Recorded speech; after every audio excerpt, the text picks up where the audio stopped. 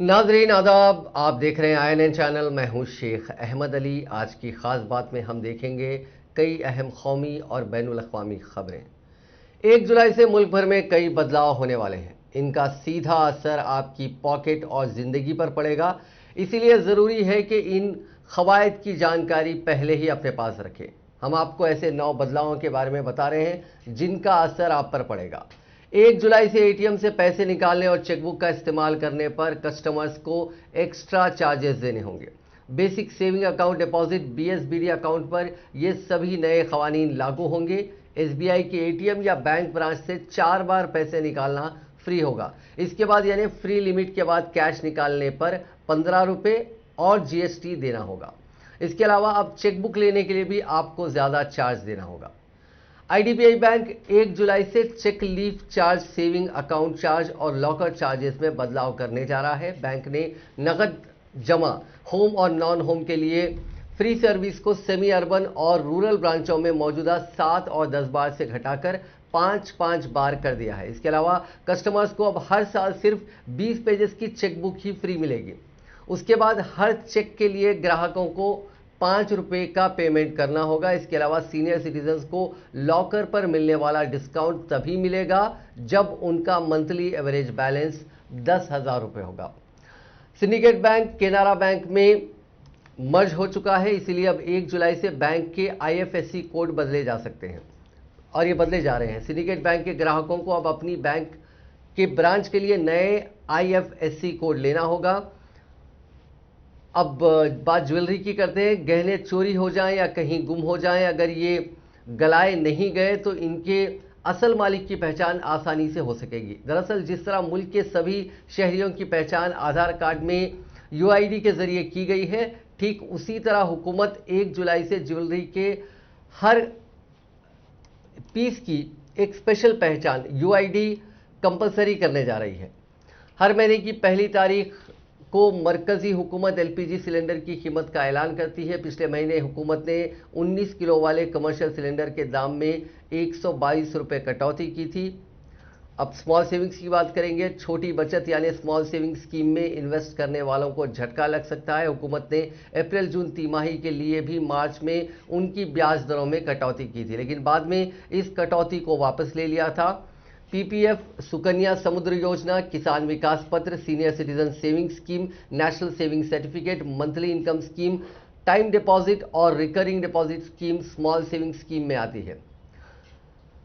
मुल्क की सबसे बड़ी car manufacturing company Maruti Suzuki India की कारें और हीरो की बाइक 1 जुलाई से महंगी हो जाएंगी। हीरो स्कूटर और मोटरसाइकिल के एक शोरूम कीमतें 3,000 रुपये तक बढ़ रही हैं। वहीं मारुति भी अपनी कई सेगमेंट की कारों के दाम बढ़ाएगा। इनकम टैक्स की बात करें तो इनकम टैक्स में हाल ही में सेक्शन 194Q जोड़ा गया था। यह सेक्शन किसी सामान को खरीदने के लिए पहले से ही तय कीमत के पेमेंट पर लगने वाले TDS से जुड़ा है। नए सेक्शन के तहत 50 लाख रुपए से ऊपर की कारोबारी खरीद पर 0.10% TDS काटा जाएगा। अगर पिछले साल किसी कारोबारी का टर्नओवर 10 करोड़ या उससे जायद रहा हो तो इस साल वो 50 लाख से ऊपर तक का माल खरीद सकेगा। इससे ऊपर की बिक्री होगी, TDS कटेगा। 1 जुलाई से 206AB सेक्शन भी असरदार यानी इंप्लीमेंट हो जाएगा। इसके तहत अगर जो बेचने वाला है इसने 2 साल तक इनकम टैक्स रिटर्न फाइल नहीं किया है तो ये TDS 5% हो जाएगा। यानी पहले जो TDS 0.10% था उसके 5% होने का मतलब यह है कि TDS की रेट 50 गुना बढ़ जाएगी। लर्निंग लाइसेंस बनवाने के लिए अब आपको RTO जाने की जरूरत नहीं पड़ेगी। ऑनलाइन एप्लीकेशन करने के साथ ही घर से ही टेस्ट भी दिया जा सकेगा। टेस्ट में पास होने के बाद लर्निंग लाइसेंस आपके घर पहुंचाया जाएगा। हालांकि परमानेंट लाइसेंस के लिए ट्रैक पर गाड़ी चलाकर दिखाना होगा। कोरोना के सबब जान गंवाने वाले मरीजों के अहले खाना को 4 लाख रुपए की माली इमदाद फराहम करने के मुतालबे वाली अर्जी पर सुप्रीम कोर्ट ने मंगल के रोज अपना फैसला सुना दिया है। सुप्रीम कोर्ट ने हिदायत दी है कि हुकूमत मुतासरा कुंबाओं को मुआवजा अदा करे। हालांकि अदालत आलिया ने मुआवजे की रकम तय नहीं की है और हुकूमत से इस ताल्लुक से गाइडलाइंस तैयार करने को कहा। कोरोना के सबब जान गंवाने वाले अफराद के कुंबाओं को मुआवजा अदा करने से मुतालिक अर्जी पर फैसला सुनाते हुए सुप्रीम कोर्ट ने कहा कि मुआवजे का तयन एनडीएमए यानी नेशनल डिजास्टर मैनेजमेंट अथॉरिटी का फरीजा है, लिहाजा वो 6 हफ्तों के अंदर रियासतों को इस मामले पर हिदायत जारी करे।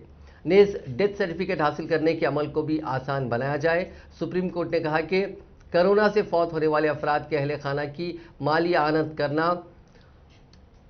इस कानून के तहत है, राहत के कम से कम मियारों का हिस्सा है। साथ ही कहा गया कि मुआवजा तय नहीं कर रहे हैं, लेकिन एनडीएमए 6 हफ्तों के अंदर कोरोना के मुतासरीन को अदा की जाने वाली माली इमदाद की रकम तय करने के हवाले से गाइडलाइंस जारी करे। ख्याल रहे कि कोरोना की वबा के सबब हिंदुस्तान में सरकारी आदाद व शुमार के मुताबिक 3,90,000 अमवात वाक़ हुई हैं और कोरोना को डिजास्टर मैनेजमेंट एक्ट के तहत आफत करार दिया गया है। इस मामले पर इससे कबल समात के दौरान मरकजी हुकूमत की तरफ से मुआवजा फराहम करने को गैर अमली करार दिया गया था। हुकूमत ने दलील दी थी कि उससे रियासतों का डिजास्टर मैनेजमेंट का जो बजट है वो खाली हो जाएगा। हुकूमत ने कहा कि इसकी तवज्जो माली इमदाद फराहम करने से ज़्यादा कोरोना से निपटने के लिए किए जा रहे बंदोबस्त और गरीबों की बहबूद पर मरकूज है। ज़राई क़वानीन के खिलाफ दिल्ली की सरहदों पर किसानों के मुजाहरे को 7 महीने हो चुके हैं। इसी दरमियान उत्तर प्रदेश गेट गाजीपुर बॉर्डर पर सुबह किसानों और बीजेपी कारकुनों के दरमियान मारपीट का वाकया सामने आया। इसमें गाड़ियों में तोड़फोड़ और कुछ लोगों के चोट लगने का दावा किया जा रहा है। जानकारी के मुताबिक सुबह तकरीबन 10 बजे बीजेपी के कुछ कारकुन बीजेपी लीडर अमित वाल्मीकि के इस्तकबाल में मुजाहरे के मुकाम पर मौजूद थे। ढोल नगारे बजाकर उनका इस्तकबाल किया जा रहा था। इसी दौरान किसानों ने इस बात पर एतराज़ जाहिर किया और उनको सियाह परचम दिखाना शुरू कर दिया। देखते ही देखते दोनों ग्रुप्स के दरमियान मारपीट शुरू हो गई। बीजेपी के एक कारकुन ने बताया कि हम अपने लीडर का इस्तकबाल कर रहे थे और टिकैत अपने साथियों के साथ आए। उनके हाथों में लोहे के डंडे वगैरह थे। उन्होंने गाड़ियों में तोड़फोड़ और मारपीट शुरू कर दी। उन्होंने तकरीबन 70 से 80 गाड़ियों में तोड़फोड़ की है। बीजेपी लीडर रनीता सिंह का इस मामले में कहना है कि बीजेपी लीडर अमित वाल्मीकि के इस्तकबाल में हम पुरअमन अंदाज में खड़े थे। इस दौरान टिकैत के हामी हथियार लेकर आए और हमारी बहनों के साथ मारपीट की, जिससे कई खवातीन जख्मी हो गई। दूसरी तरफ किसानों का इल्जाम है कि बीजेपी के कुछ कारकुन जाए मुजाहरे पर पहुंचकर किसानों के खिलाफ नारेबाजी कर रहे थे। तभी किसानों और उनके दरमियान मारपीट हुई। किसानों के जरिए यह भी कहा जा रहा है कि बीजेपी कारकुनान गाली गलौज कर रहे थे। किसानों ने इस पर एतराज किया तो उन्होंने पत्थर फेंकना शुरू कर दिया, जिसके बाद यह वाकया सरजद हुआ। भारतीय किसान यूनियन के उत्तर प्रदेश के सरबराह राजवीर सिंह जादवन ने एक न्यूज एजेंसी को बताया कि बीजेपी के कुछ कारकुन झंडा लेकर मुजाहरे की जगह पर पहुंचे हुए थे। इस दौरान किसानों के दरमियान मारपीट हुई। हम पुलिस को इस वाकये से मुताल्लिक तहरीरी शिकायत देंगे। हमारे ऊपर हमला हुआ और हम शिकायत ना करें, ऐसा नहीं हो सकता। गाजियाबाद इंदिरापुरम के सीओ अंशु जैन ने एक न्यूज एजेंसी से बात करते हुए कहा कि बॉर्डर पर धरना पहले से ही चल रहा था। बीजेपी के एक लीडर का काफिला मुजाहरे की जगह से गुजर रहा था। उन्हीं के इस्तकबाल में कुछ कारकुन वहां मौजूद थे। किसानों और उनके दरमियान तनाजा हुआ। 1-2 गाड़ियों के साथ तोड़फोड़ भी हुई है।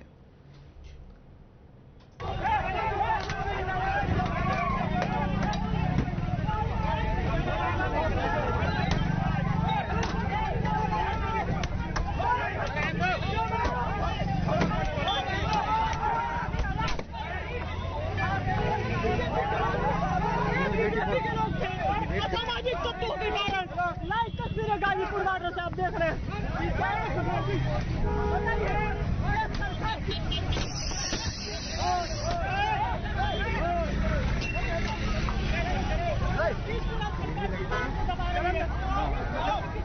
आगे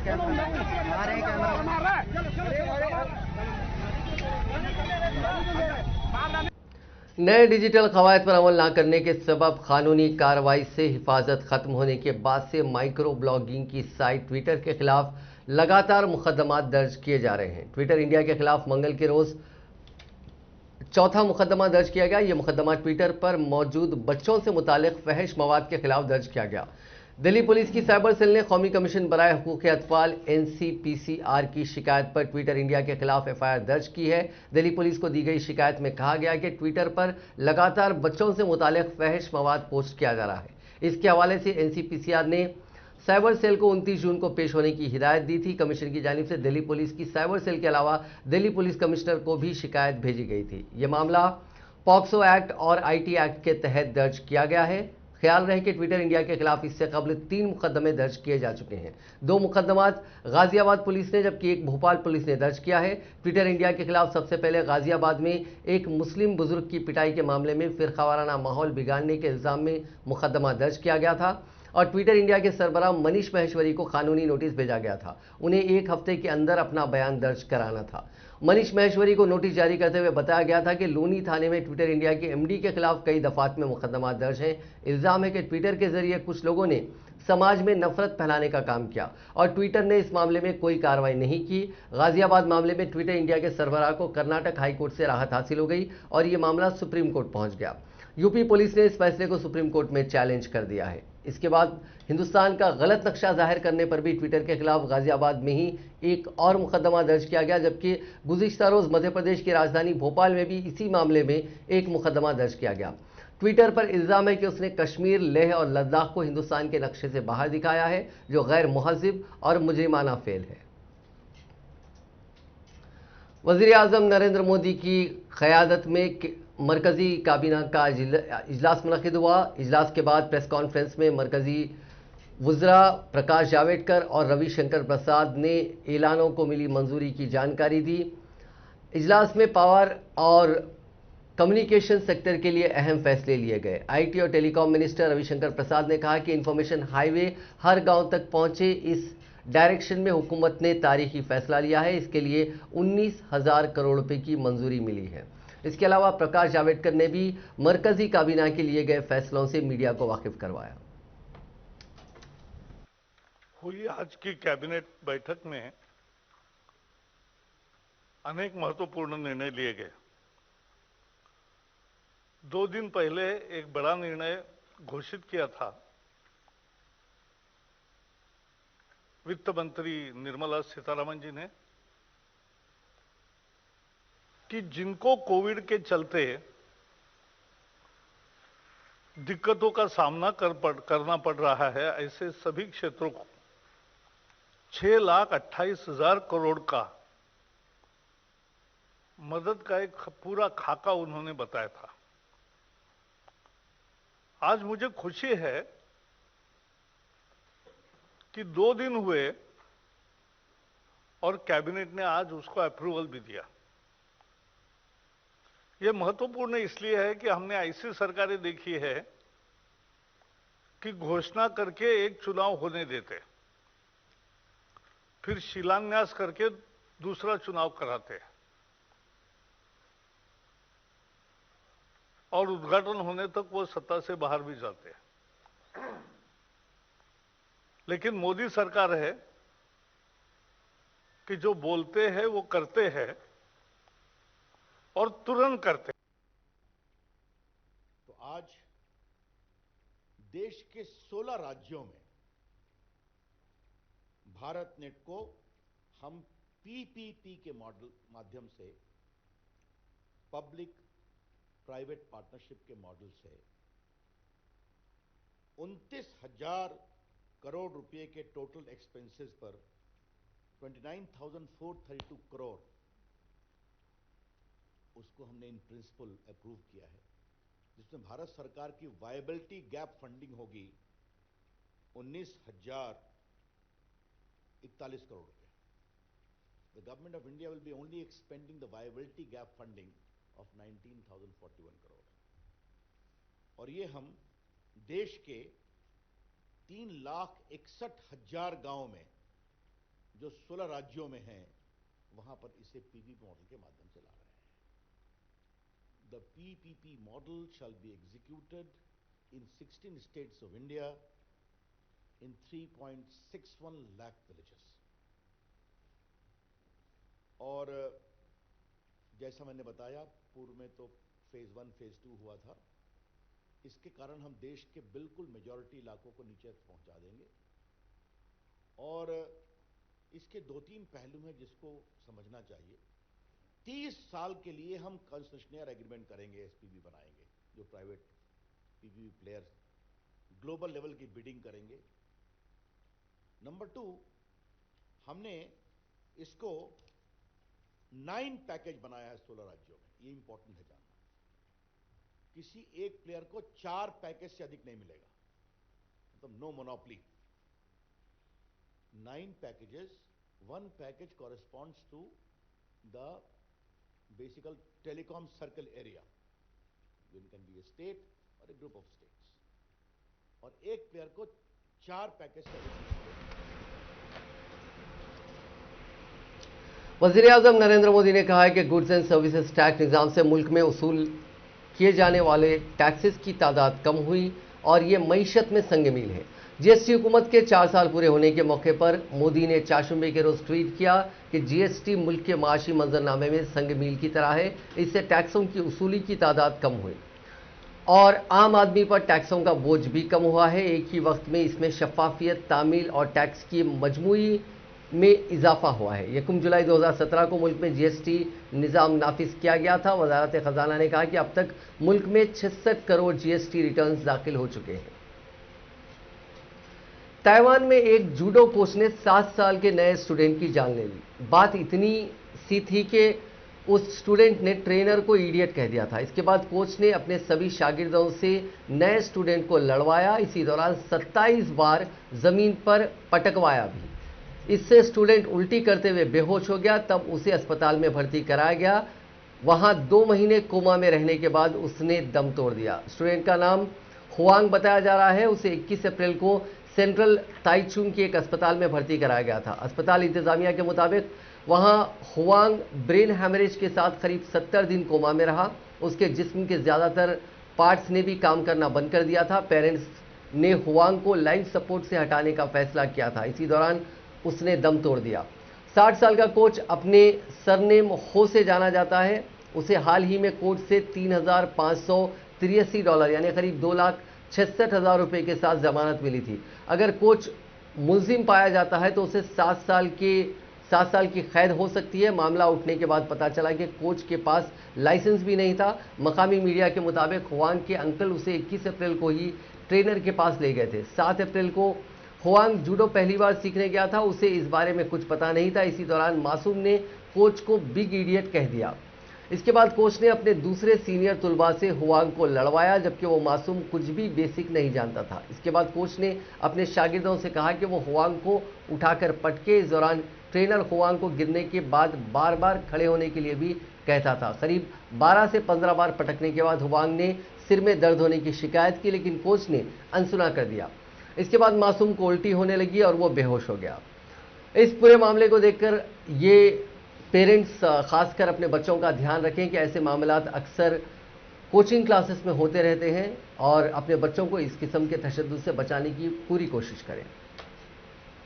अब बात कोरोना की। ब्रिटेन में करीब 5 महीने बाद 22,000 से ज़्यादा नए कोरोना मुतासरीन मिले हैं।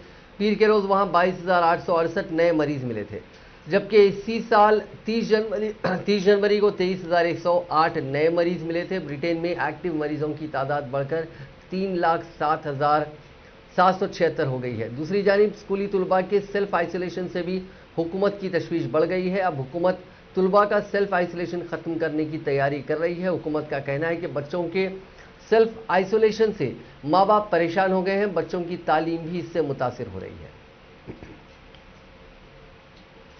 बांग्लादेश में 1 जुलाई से 14 दिनों का सख्त लॉकडाउन होने जा रहा है, जो माइग्रेंट वर्कर्स के लिए मुसीबत बन गया है। लॉकडाउन की मार से बचने के लिए मजदूर जल्द से जल्द राजधानी दारुल हुकूमत ढाका छोड़ना चाहते हैं। इसलिए वो bike, auto rickshaw, loading auto, truck और एम्बुलेंस तक का सहारा ले रहे हैं। उनका कहना है कि लॉकडाउन के दौरान उनके पास काम नहीं होता।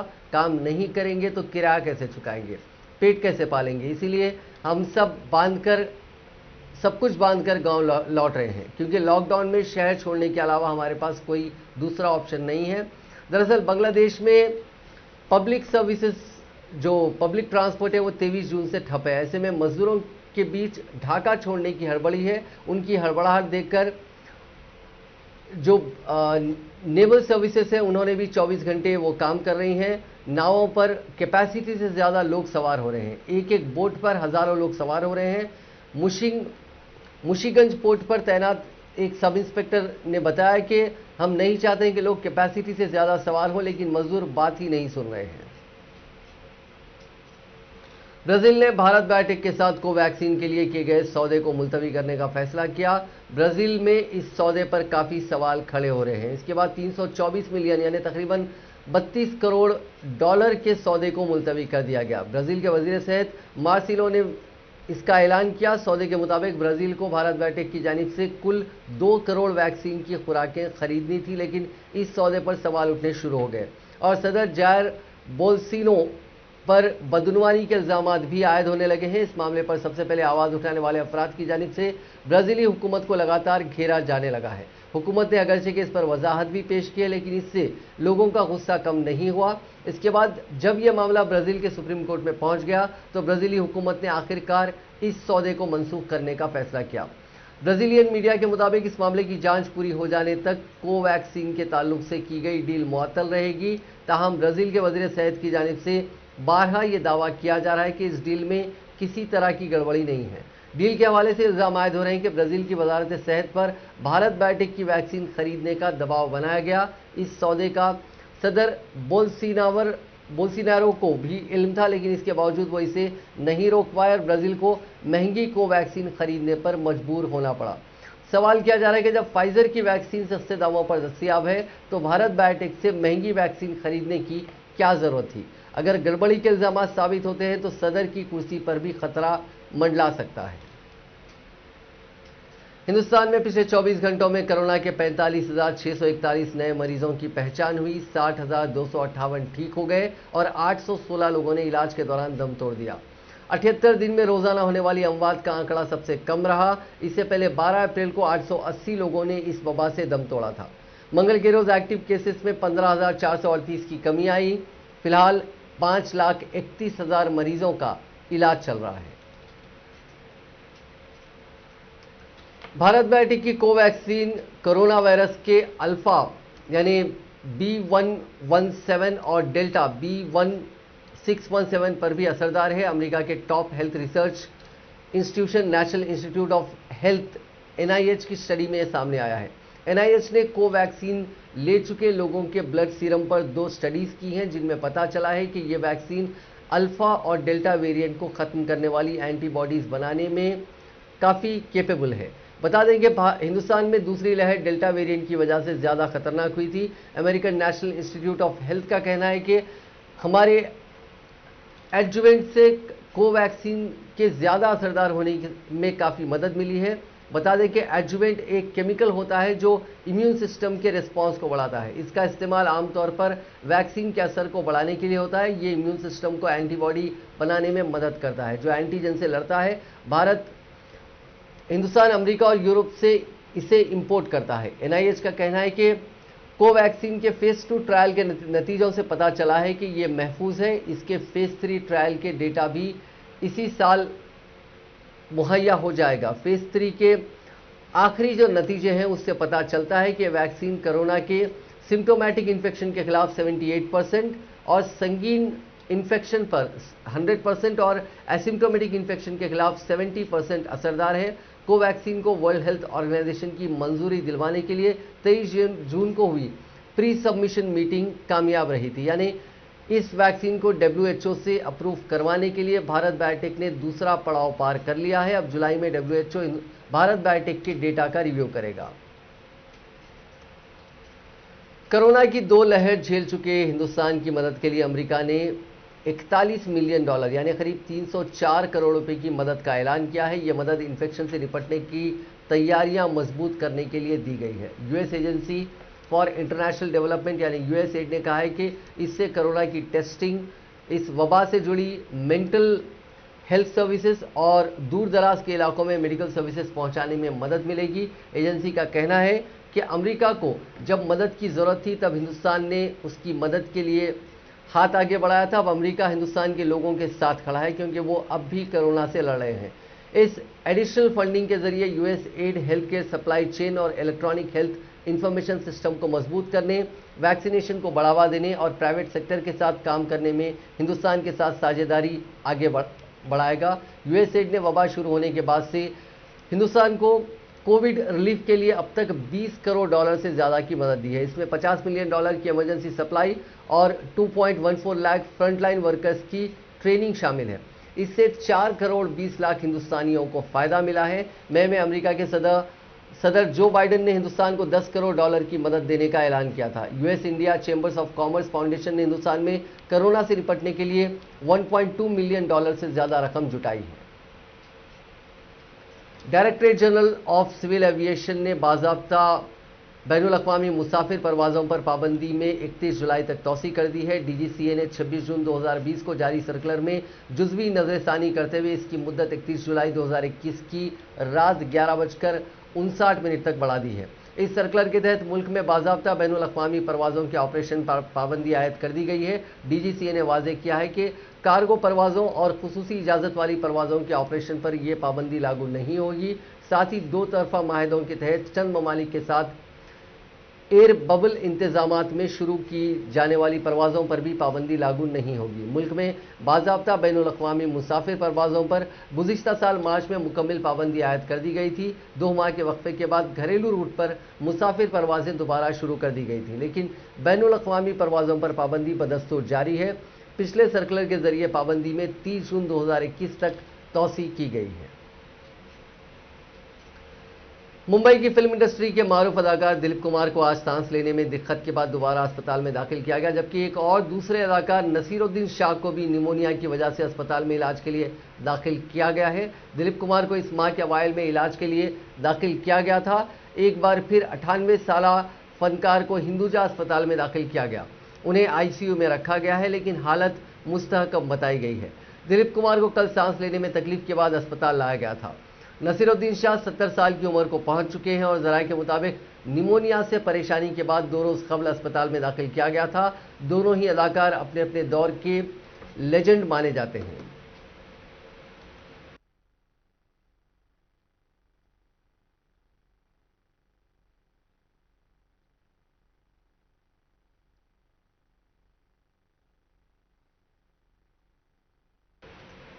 जम्मू कश्मीर के कुलगाम में सिक्योरिटी फोर्सेस का दहशतगर्दों के साथ एनकाउंटर जारी है। कुलगाम के चिमेर इलाके में सिक्योरिटी फोर्सेस के ऑपरेशन के दौरान दहशतगर्दों से एनकाउंटर शुरू हुआ। अब तक 2 दहशतगर्द मारे गए हैं, उनकी पहचान अभी नहीं हो पाई है। जम्मू में ड्रोन अटैक के बाद सिक्योरिटी फोर्सेस ने अपने ऑपरेशन तेज कर दिए हैं। शोपियां में जुमे के रोज सिक्योरिटी फोर्सेस ने लश्कर का एक दहशतगर्द ढेर कर दिया था। ऑपरेशन के दौरान दूसरे दहशतगर्द ने सरेंडर कर दिया। उसका नाम साहिल रमजान डार है, वो कश्मीर का ही रहने वाला है। शोपियान एनकाउंटर के दौरान फौज की 34 नेशनल राइफल्स की चौधरी गुंड सीओबी के मेजर शुक्ला ने दहशतगर्द को खानदान और दोस्तों का वास्ता देकर सरेंडर करवा लिया था। एक वीडियो सामने आया है जिसमें वो दहशतगर्द को सरेंडर के लिए इनकरेज कर रहे हैं।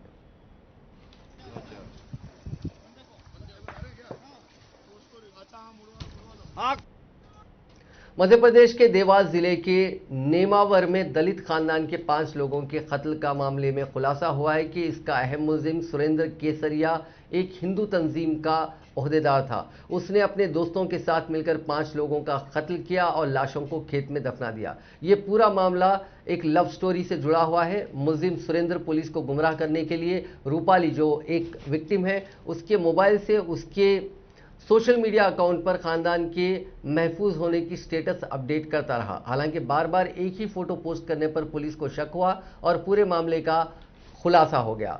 सुरेंद्र और उसके साथियों ने आदिवासी कोरकू समाज के इस खानदान के लोगों का कत्ल करके लाश 10 फीट गहरे खड्डे में दफना दी थी। लाशों पर खाद और नमक डाल दिया गया ताकि जल्दी गल जाए।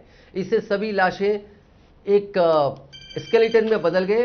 खानदान के 5 लोग 47 दिन से लापता थे। इस मामले में पुलिस ने 7 लोगों को गिरफ्तार कर उनके स्केलेटन्स फॉरेंसिक जांच के लिए भेज दिए हैं। पुलिस का कहना है कि इस कत्ल के वाक़े के पीछे लव अफेयर की बात सामने आई है। खेत में काम करने वाले एक मजदूर ने यह खुलासा किया था। नेमावर के इस खानदान के 5 अराकीन 13 मई से लापता थे। 17 मई को ममता बाई की बड़ी बेटी भारती कास्ते पीथमपुर के भाई के साथ गांव लौटी तो घर में कोई नहीं मिला। इसके बाद उसने इनकी गुमशुदगी की रिपोर्ट दर्ज कराई थी।